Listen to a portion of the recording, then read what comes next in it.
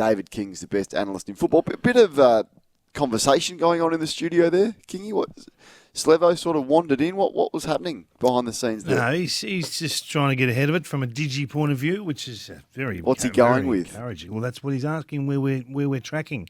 Okay. It was what cracking. Bullets are you going to fire this morning? Is what he's really wanting to ask. I want to know if there's a better pairing as a midfield than Anderson and Rowell. It's a really good question, and we're prisoners of the moment at times. But in the game right now, as right we speak, now, at round 10, would you say that Horn Francis and Butters maybe are up there, but are they as consistent as Anderson and Rowell? 04 It's double no 3, longer Walsh and 98, Cripps 11, 16. like it was. It's no longer Walsh and Cripps. I thought for stages last year it was Day and Newcombe. Well, last year it was Heaney and Warner. Heaney and Warner and Goulden probably is the third of that mix. But right now I think you're right. I think you're right on that. What they did last night was pure brutality, I thought. It was unbelievable. Now, Anderson's never been All-Australian. He's been in the squad the last couple of years, but my goodness, is he bashing down the door. They couldn't go. They couldn't go with him, the Hawthorns midfield last night, particularly from centre bounce. Anderson, I marvel at his ability to stay in the chain. So as the ball leaves clearance, he leaves with it.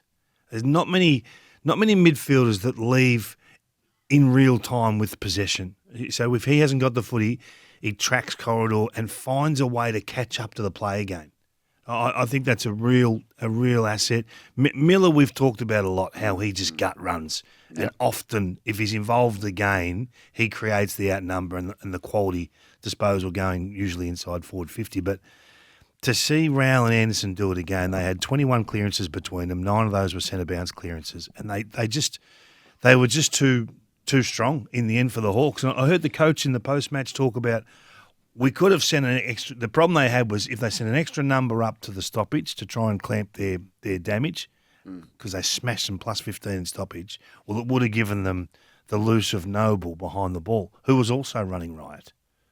So this is Damien Hardwick's plan coming to fruition right before our very eyes. Well, he ran right anyway, Noble. Like, absolutely, best game he's ever played at the level, John Noble. So regardless, there was a lot to take out of last night. I just thought it was an epic game of football. I thought Will Power and the Wizard, that one-on-one battle, I think they probably split the points in the end. Wizard I kicked 3 in the first half, hardly touched it. 3 is a pretty good day.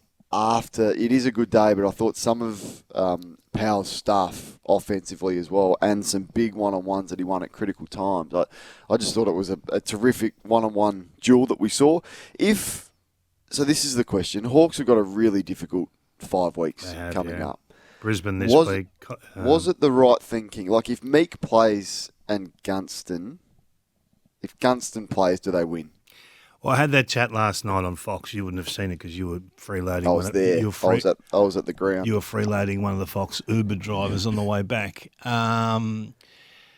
Look, you have to take the risk with these things and rest when you plan to rest them. So to take them out of a road trip to Darwin it's clearly sensible, isn't it? In the long term, that may have lost them this game. I think it's the same discussion as the Collingwood situation last week. You take the risk, and they still could have easily stolen that game.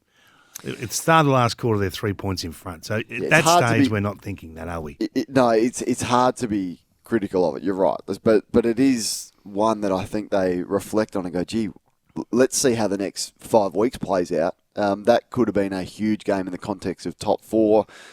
Reeves was monstered at times by Witts, and then he went down for a period there. So they've sort of got Chol and Weddle trying to ruck, and the dominance from those Gold Coast midfielders, which you spoke about, I don't think would have been as significant if Big Lloyd Meek was there, and then Gunston's been their most dangerous forward. So take Deer out of it, who's tough game for him to come back first up, and was subbed out. It's a question worth asking.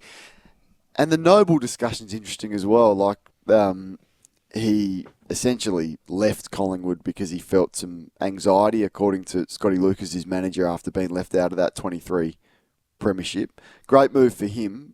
Should Collingwood have shown him a bit more love, Kingy? Did they know what they had there? Well, they did. I think they did. It's a halfback's world, mate. I keep saying it. It's a ball movement game now, and you get Noble and Rioli. It has changed the whole dynamic of this football club. Now you've got to worry about, as Sam Mitchell said, you've got to worry about their midfield. You've got to try and support that. But as soon as you support it, you give them a weapon, one of the two at halfback. You can't clamp them both. This is perfect. I mean, Noble had 8 inside 50s as a halfback flanker. I know. Unbelievable night. Nuts. So crazy night. I think he had 7 at half time. Did he? Yeah. Well, and Rioli was awesome as well. So I reckon I asked you this from about round 3. Can Gold Coast win the premiership? I just, in my mind's eye, can't see them holding the cup, right? I can. Yeah. Which is it's a big shift from where you've been. So I'm interested in what has changed specifically that makes you think that. Yeah, well, no, last year I wrote a column about this, and you and I discussed it at the time. There's just that much talent in that side, and when you've got, but they didn't have Rioli and Noble then, did they? No, so they added that. When you've got a midfield that is this brutal, and when they're not as reliant on Tuke Miller, and when he can go half forward and come up to the stoppage and do what he's doing, and when you've got Bailey Humphrey now going inside and kicking the goal that he kicked in the first half of that game and the 14 contested possessions he had last week. Collins' performance last night was extraordinary. Well led in the run. I don't know. I just think I would not be surprised if they're there on prelim final weekend. I just wouldn't. What about Ben Long? Well, this is what I was going to get to. Now, in the end, the first 6 contests inside the forward 50 in the last quarter, they won 5 of them. Now, you don't normally win contests as a forward because you're outnumbered and it's usually a dirty entry. It's just hack ball forward. He was the number 1 contested possession winner in the forward 50 for the night, Ben Long. And he's been a revelation for Damien Harbuck, who didn't have him in his team initially when he set this 23 up. He's actually won the coach back and is now one of the top ranked players in the competition, particularly centre forward. If you're looking for impact, this is exactly what you're looking for. So it's not necessarily the goals. He does the dirty stuff that no one wants to do. The flying in the air when you know you're not going to mark it just to get it to ground. It was the long fly, swallow crumb, handball goal that really put this game to bed. I marvel at what he's getting out of that next level of player. The biggest talking point from the game, or one of the biggest talking points, is the Hawthorn Smalls again drawing free kicks. Yes. Now, where do you sit on this? I think it's an issue for them. And I said this during the call. I think Nick Watson's first contest that he went to, before he had even gathered the ball, he was looking to lower his sense of gravity and win a free kick. But his first thought is not, I'm going to gather this ball and distribute it or try and have a shot myself. It is, how can I win a free kick? That's the first thought. Now, credit to him for the way. Not he's, if not my favourite player, he's my second favourite player in the game to be able to respond to that. But then the Ginnivan free kick that he won and kicked goal from is not a free kick. Like he's lowered. We've all seen the video on AFL.com. Go watch it again. He's lowered his sense of gravity, and the umpire has been sucked into that. And then in the critical stage, late, once again, Nick Watson is trying to win a free kick. That is their first thought. Well, I think Dylan Moore's different. I think Dylan Moore's first thought is to win the football, and if the tackle goes high, then he'll take it. But I disagree. He's different to. I think Dylan Moore's different to Ginnivan and Watson. No, I disagree. They've had 15 high free kicks in the forward 50 this year. I think they had 93 last year, didn't they? Well, they were number 1 last year. The competition average is about half of that. So you got to work out whether you think this is a strength area and an asset that they're maximising, challenging the tackler to get it right, which is sort of where I'm slightly in this bracket. And I think that it just annoys the opposition fans. It really does. And it challenges umpires to get it correct as well. The thing that annoys me is when they don't draw the high, it has to be a free kick the other way because that's your prior opportunity. They've tried to draw the free kick, they've failed, they've been tackled, pay the free kick. Has to be. Too often they don't. Yeah, there was one with O'Sheen Mullen last week where he just ducked into the tackle, and it was good umpiring in the essence that he didn't pay the free kick, he paid a ball up. But as soon as you duck into the tackle, automatic, it has to be your prior. even I'd go as far as to say it should be a free kick against for ducking into the tackle because of how dangerous it is. So it's an issue. It's a really difficult one for the umpires because when they're running at full speed, it looks violent. It looks like you get them high and your automatic instinct is to pay and blow the whistle. But, yeah, I think it's starting to affect some of their contests, which then it becomes a problem. So Damien Hardwick, with the 2Gs during the week, said this is a problem with the game. So if you are trying to stamp out head trauma and concussion, then this is one method. And maybe he's bringing it up because they're playing Hawthorn. I'm not sure. But leading with the head into a tackling situation, if we didn't reward that with a free kick, do you think players would stop this immediately? I don't know, because we've had high tackles for so long. Like, some of them are just genuinely high tackles. Like when you're upright. Nick Watson's hard to tackle. Like, he's 170 but centimetres. When he leans and tips at 45 degrees, if you say the onus is on you to not do that. I know, but that is a hard thing to ask the umpires to do in real time when they're running flat out. You feel like their tackle has slipped high. We get the benefit of watching the replay in slow motion. Has he lowered his centre of... Oh, yep, he has. Should have been play on. It's a real challenge for the game, I think. Insufficient intent is driving me insane. There was a tackle last night where Josh Battle was going to be paid holding the ball if he didn't get some sort of boot on the ball. He spun and flung. His boot hits the ball. It goes out of bounds. They said, no, insufficient intent. I don't know what else he was supposed to do. Was it a miracle that he was able to kick that ball? Unbelievable. So and it goes out of bounds. No, that's insufficient intent. I'm thinking you have just lost your mind. No, just change it now. It. Just change it to last touch or last possession. Yep. That crosses the boundary, particularly between the arcs. They're just so hot on it now. Might as well change it. Well, I thought Scrimshaw was excellent. I thought Ginnivan had his opportunities. I thought he was a bit wasteful just with his disposal early, but he's working hard. Big numbers for him. High number of disposals. Just thought he was a bit wasteful with his ball use inside forward 50. But his last month for Ginnivan King, he's been a lot better since he lost his place in the side. Yeah, and sometimes you just need a reset. It's a tough position half forward when you go through a patch of 3 or 4 weeks without touching it. It's often great to get that reset. The feedback, I think some people who support Hawthorn understand what I'm saying. Death, taxes and King hating Hawthorn. What are you listening to, my man? What we're saying is I actually tend to favour the player with this lowering of the head because the rules right now protect you and they give you a free kick and a shot at goal. It's the same as – it's akin to diving in soccer in the penalty area. The upside's so large, you take the risk. So we're kicking 12 goals a game at the moment. If you can draw 3 from free kicks, it's a big starting point. So I actually think it's a skill to challenge the opposition to get their tackles right. I think the AFL should be harder on it to remove the incentive to the players who are doing it. Because it's a mixed message. If you want to protect the head, you have to legislate to make sure the players protect their own head and not put themselves at risk of head trauma. That's the contradiction we have right now. But that doesn't mean the Hawthorn players are necessarily doing anything wrong. But twice as many free kicks in the forward 50, they're benefiting from it than more than any other team. All right, let's go to Michael in Preston. Welcome to Fireball, Michael.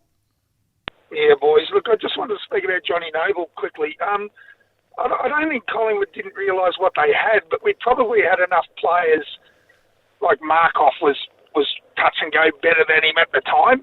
I wonder, is that why he missed out on the 23 flag? And I think he's exactly what Gold Coast needed.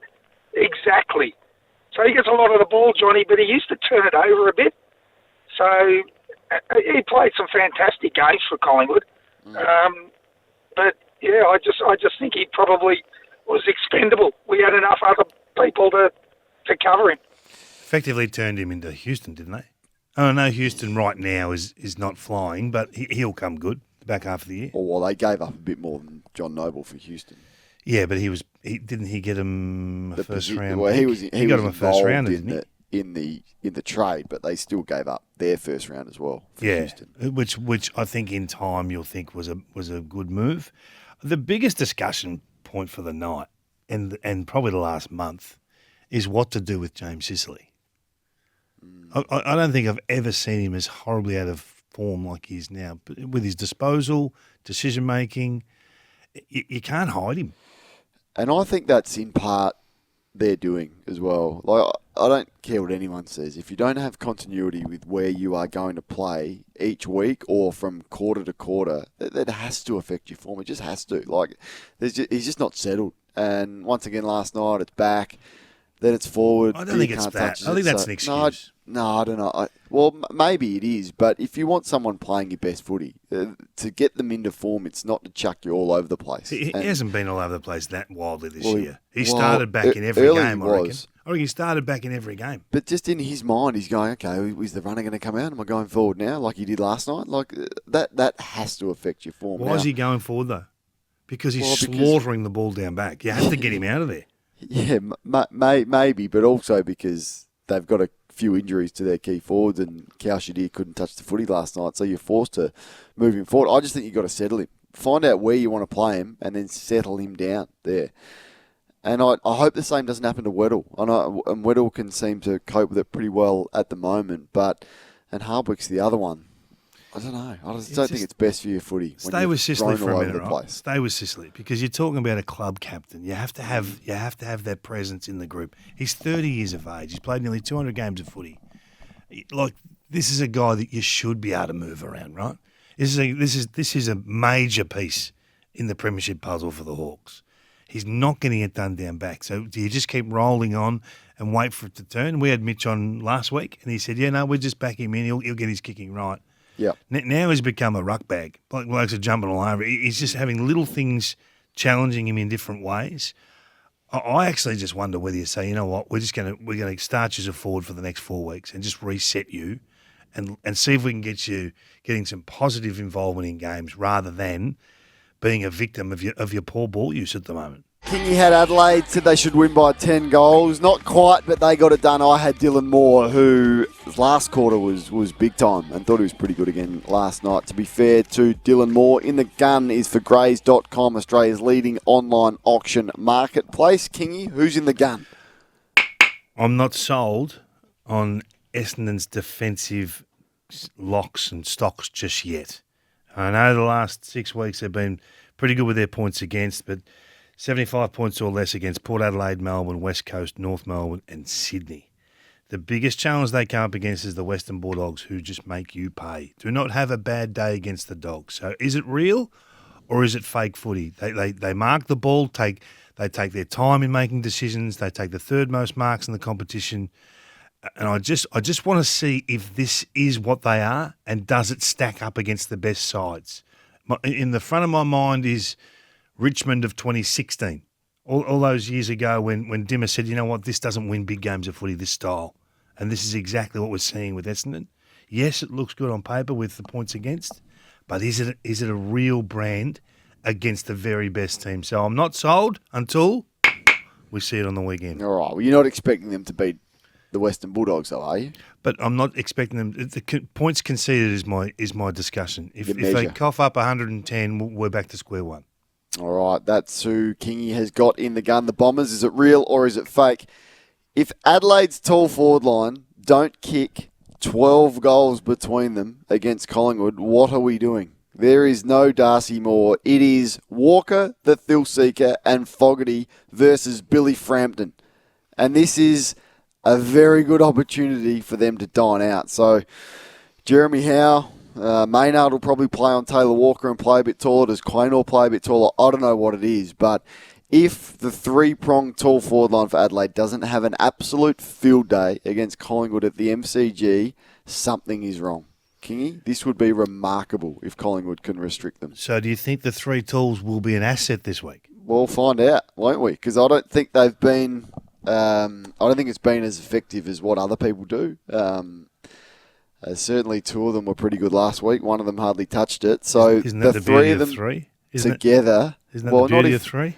Not if it doesn't get you the result that you want and it leads to, because would have been very easy for Port Adelaide to win with the amount of entries that they had last week, and I think it's more been the smalls for Adelaide that have been as dangerous as the three. So I'm just saying, do you expect them to absolutely dine out against a very, very small Collingwood defensive unit? I think when you're ranked second best forward 50 in the competition, You think that's the three of them? You don't think that would happen if there was two of them instead of three? Well, I think when you're ranked second, you'd have to concede that it's going very, very well. We'll see. No? Well, I don't think that's in part due to the three talls. It's the mix. It has to be. What else is it due to? Equally as much as Dawson when he's forward and Rankin when he's forward and Rochelle back into form, and you got the best key forward in the game in Riley Thilthorpe. I think that's equally as why those numbers. Isn't look it like all that. part of it? Isn't that the discussion? Chemistry, the synergy. Isn't that all part of the forward 50? Yeah, well, I think it would still be number one if you played two and not three. Who's the small you're throwing in there? Who's the small? What do you mean? If you're going from three back to two, who's the guy you're throwing in there? You play Dawson more forward. You play Rankin more forward. Okay. Well, you could do that, yeah. But I just think if you've got the second best forward 50, I'd be pretty happy. If that's the case at the end of the year, this has been an outrageous success. Depends how they can defend the ground as well. That's one measure, but also the defensive aspect as well. The defensive aspect and how you defend is pretty important as well. Got a couple of things. I think we're losing the fight. We're losing the fight in what a legitimate handball actually is. I'm just seeing so many throws and so many shovels. Nothing is really what it should be. And I just think even last night, they paid a couple. For the first time in a long time, they paid a couple of throws. I think we've got to have the umpires get our game back, bring the traditional handball back. It has to meaningfully hit a fist. It can't be a shovel. We got into trouble when they said that if you haven't had prior, you just can make an attempt. It doesn't have to be a legal attempt, it's just an attempt. So we got ourselves into all sorts of trouble. That's blurred the lines of what the game should look like versus what it actually looks like. And I think that is all part of that. Every time I hear Luke Jackson's name, it's Luke Jackson superstar. Luke Jackson this, star that. Is Luke Jackson good? Now that is a blunt question. Is Luke Jackson... What do you mean? Does his reputation exceed his performance? I think it does. Now, I'm not saying that in 3 or 4 years' time he may not eventually get to what everyone thought he was going to be or what everyone talks about him getting to be. But I did a list on Wednesday with Jared of the best ruckman in the game. I had him 8th. And there's only 18 of them. And there's probably only 12 good ruckmen. I had him 8th. Kingy, is Luke Jackson good? Is the question. Your 8th is not really a legit measure. That's where I had him. Where do you have him? Who is he better than Gawn? Is he better than Gawn? No, he's not better than Gawn. Is he better than Sherry? No. Is he better than De Koning? De Koning, no. You'd say is he better than Meek? Meek, he's not a superstar. Is he better than Meek? Performance? But your question's not is he a top 6 or a top 8? I had him. No, you're saying my 8th isn't. Well, I would have him above Meek. I would have him above Meek. Would you have him above Rowan Marshall? Yes. English? Yes. You would? As a ruckman, yeah. All right. Well, English. I don't think English is a great ruckman. I think he gets ball around the ground. He's a bit like Brodie Grundy. Yeah, I just don't think his performance matches his reputation, and I wouldn't be giving up a lot. And when we say a lot, there's no way I would straight swap Cozzy Pickett for Luke Jackson. I don't think he's going anywhere. Not in a world would I do that. But anyway, it's just what a do you question. Value, though? What do you value from impact? When's the last time he's dominated a game of footy? Max Gawn does it every second week. When's the last time Luke Jackson? Gawns. I understand that, but we speak about this guy like he is a Max Gawn type. When's the last time he has Tom De Koning dominated a game of footy? De Koning does it every 3 weeks. He dominates a game. Rowan Marshall, I've seen dominate games. Tim English, I've seen dominate games. Rowan Marshall this year. No, well, Rowan Marshall was terrific last year. He was very good last year. Now he's into his 30s. Like he's been around for a long time. I'm just saying to you, Kingy, Luke Jackson, remind me the last time, or remind me in future, he dominates a game of football. All right, don't see it. Okay, well, noted. I think if you look at score involvements, that's the biggest measure for me. He does create scores, whether you love it or you don't. Whether what you do with his ruck work or his round the ground stuff, he does have high score involvements. Okay, what else is on your agenda? I have got, what's really annoying me? The coaches' votes. Why do we have to sit down when we see the coaches' votes and work out how many have come from one team and how many have come from the other? Why can't they just... Is this a Connor Rosie thing? Because last time you had a crack at Connor Rosie, he's now on top of the coaches' votes. Is this just somehow a dig at Connor Rosie or not? I just want to know which club is voting for which players. I don't think it's that hard. Why can't they just give us 5, 4, 3, 2, 1 from this club and 5, 4, 3, 2, 1 from that club? Yeah, that's fair. Of course it's fair. You sort of need to be a mathematician. It's stupid. Sort of an expert. We want to get the coach's thoughts, but let's massage them so we actually don't know which coach thinks what. The idea of the coach's votes is to let us in to what this coach's box was thinking in game versus what they were thinking in game and who was influencing. Don't put them together. Yeah, I feel like at times you need to be Russell Crowe in The Beautiful Mind. But you still can't work it out. To work out who's You can work out what the numbers are or the votes are, but you can't work out who gave them.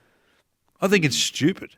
Yep, no, that's fair. There's a lot of stupid things in football at the moment. I wasn't saying that maybe Port Adelaide are voting Connor Rosie higher than anyone else. I wasn't saying that, but if you think that, maybe I thought you were alluding to maybe we that. could look into it. Maybe if they gave us retrospective for the year, we could come get to the bottom of that. Last time you had a crack at him, he won a showdown medal. Getting a lot of now leading the coaches vote. Now he's a halfback flanker. Good to have him back there, isn't it?